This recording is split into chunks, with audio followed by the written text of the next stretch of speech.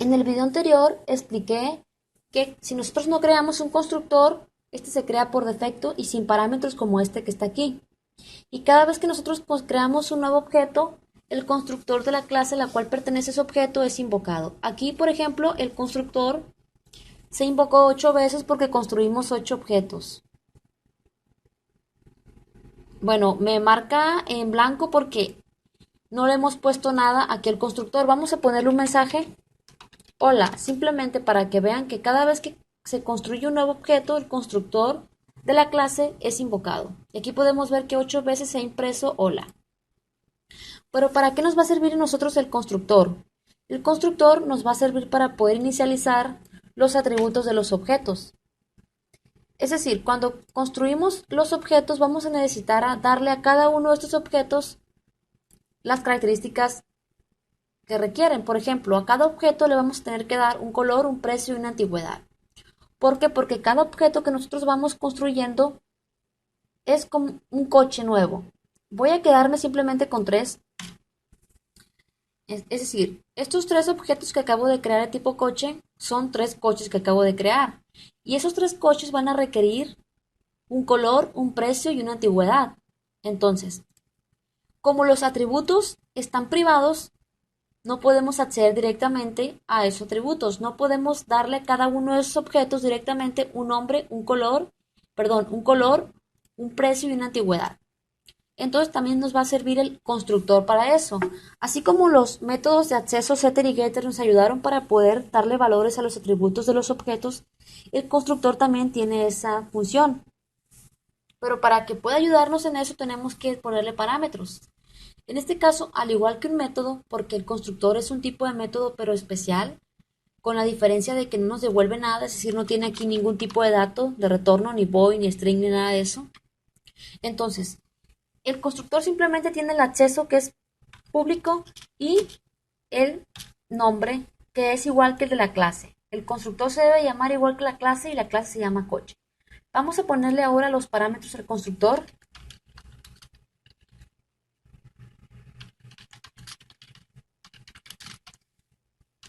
Si vemos bien, podemos ver que al igual que los métodos, los constructores también tienen parámetros. Y a los parámetros le tenemos que poner su tipo de dato y un nombre a cada parámetro. Aquí tengo 3 parámetros. El primero es de tipo string y se llama call. El segundo es de tipo double y le llamé pre. El tercero es de tipo entero y le llamé anti. A los parámetros los podemos llamar de la manera que deseemos y de hecho también lo podemos llamar igual que los atributos. En este caso les di un nombre diferente. Voy a hacer lo siguiente, ahorita les explico bien cómo, por qué estoy haciendo esto.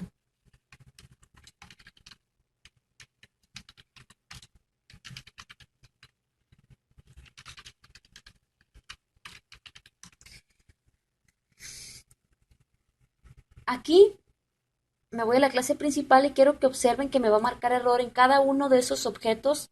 ¿Por qué? Porque ahora, como yo acabo de crear un constructor con parámetros, al momento de que se invoque el constructor, va a requerir argumentos, va a requerir que le pasemos los datos de los parámetros que tiene ese constructor. ¿Qué tiene el constructor? Tiene una string, tiene un double y tiene un entero. Entonces, aquí si analizamos, dice que constructor en clase coche no puede ser aplicado, requiere string, double y entero. Vemos que está tal como me lo pide aquí. String, double y entero. Entonces, dice que no tiene argumentos. Entonces, como ya creamos un constructor con parámetros, necesitamos ponerle argumentos a ese constructor. Primero, un string, que es el color. Después, un tipo de dato double, que es el precio. Y después, una antigüedad, que es un valor entero. Vemos que en el objeto C1 el error se me ha quitado porque al constructor ya le he pasado estos 3 datos. Le he pasado un string, le he pasado un double y le he pasado un entero. Entonces, este string que le acabo de pasar, azul, es este que está aquí. Vemos que si yo selecciono este, es este mismo que está aquí. ¿Sí? Y este en verde es el atributo de la clase. Se me selecciona. Entonces, como le acabamos de pasar al objeto en el constructor del objeto C1, bueno, cuando construimos el objeto C1, invocamos al constructor y le pasamos un string, que es un color azul. Ese color, eso es col. Entonces, estamos diciendo con el operador de asignación igual que ese, lo que contiene col, que es azul, lo vamos a almacenar en el atributo color. Aquí vamos a poner un mensajito. El argumento azul, el argumento col, vamos a poner col,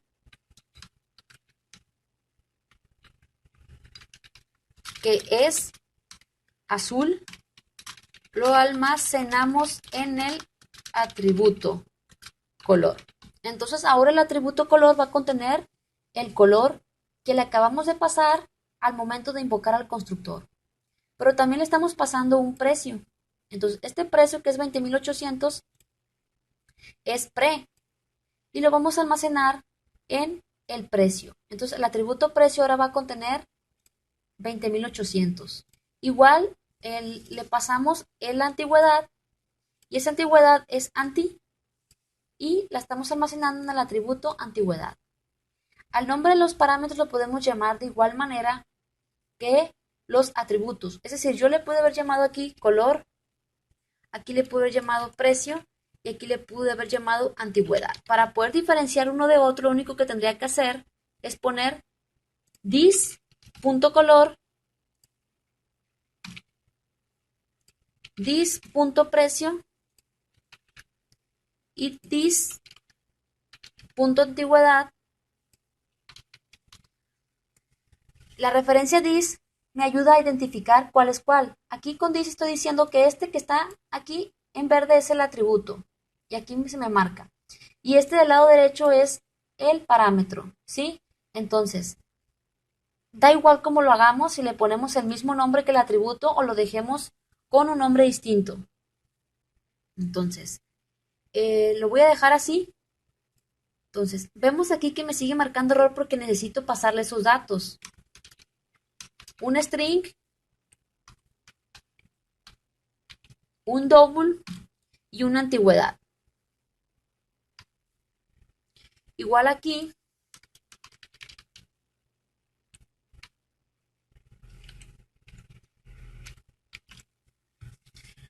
creamos 3 objetos de tipo coche y a cada uno le dimos valor a sus atributos. Al primer objeto le dimos, en el atributo color le dimos azul, en el atributo precio le dimos esto, 20.800, y en el atributo antigüedad le dimos esto.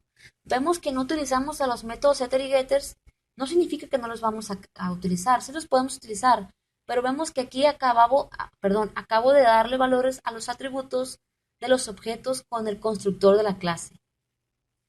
Entonces, ¿cómo le hago para poder mostrar esa información en la pantalla? Aquí podemos ver que cada vez que, que creamos un objeto, el constructor de la clase es invocado, ¿no? Y como tiene parámetros el constructor, le vamos a pasar los datos que requiere. Para poder mostrar esos datos podemos hacerlo de diferentes maneras. Podemos utilizar algo que se conoce como el método, voy a poner aquí, toString, pero en este video todavía no lo voy a hacer con esto. Más adelantito vamos a ver el método toString, que nos ayuda a poder dar una representación en string del objeto. Bueno, ahorita más adelantito vamos a ver eso. Para poder mostrar los datos, es decir, el color, el precio y la antigüedad de cada uno de los objetos, lo que podemos hacer es utilizar el método getter. Es decir, un método que nos permita saber qué hay en el atributo color, precio y antigüedad. Ponemos public, el tipo de dato. Por como vamos a devolver algo, es decir, mostrar algo, vamos a necesitar un tipo de dato para un método. Primero el color es de tipo string, entonces nos va a mostrar el color, va a necesitar un tipo de dato string. Y después de eso le vamos a dar un nombre al método, le vamos a poner al método devuelve color. O también, como les digo, el nombre de los métodos es a nuestro gusto. También le podemos llamar getColor. Get en inglés significa obtener. Entonces, aquí estamos diciendo obtiene color. Entonces, y no va a tener parámetros porque este método simplemente lo único que va a hacer es decirnos que hay en el atributo color con return. Se me trabó así. Y voy a copiar esto para no tener que estarlo poniendo. A ver. O simplemente lo voy a dejar así. Ya tenemos el método que nos va a permitir obtener el color de ese atributo. Ahora vamos a crear el método que nos permita saber qué hay en el atributo precio. Como el precio es tipo double, este método nos va a devolver algo de tipo double, ponemos double y le ponemos getPrecio. Y al ejecutarse este método nos va a retornar lo que contiene el atributo precio. Igual para la antigüedad es public int porque la antigüedad es tipo entero y ponemos aquí getAntigüedad. Y lo único que va a hacer este método es devolvernos lo que contiene el atributo antigüedad. Vemos que no estoy utilizando el método para asignarle valores a los atributos. Claro que lo puedo crear esos métodos. Es decir, ese método que nosotros le enviábamos un argumento. Como les digo, es importante que hayan visto el tema de los setter y getters. Si no, se les va como les digo, a resultar un poquito más difícil comprender este tema. Ya tenemos los tres métodos que nos van a permitir saber qué contiene cada atributo, color, precio y antigüedad de cada objeto. Ahora necesitamos invocar a esos métodos para que nos diga qué contiene cada atributo, color, precio y antigüedad.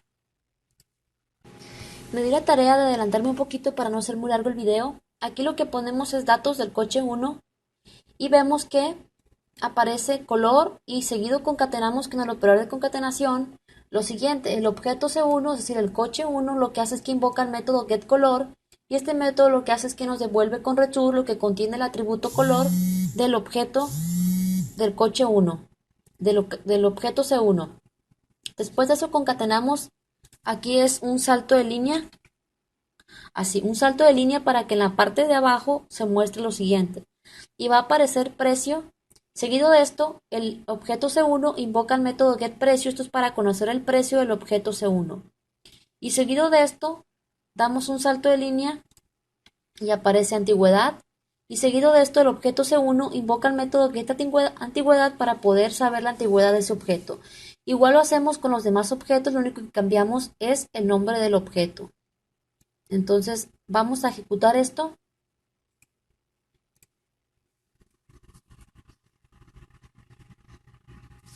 Como les dije, también podemos, aquí vemos que como se ve todo muy junto, vamos a hacer algo para que se separe cada dato. Vamos a concatenarle un salto de línea y esto va a hacer que se dé un salto de línea para que no esté todo junto. Entonces así lo dejamos y vamos a ejecutar esto y vamos a ver que se va a mostrar la información de cada uno de los objetos. Datos del coche 1 y vemos aquí sus datos, coche 2 y coche 3.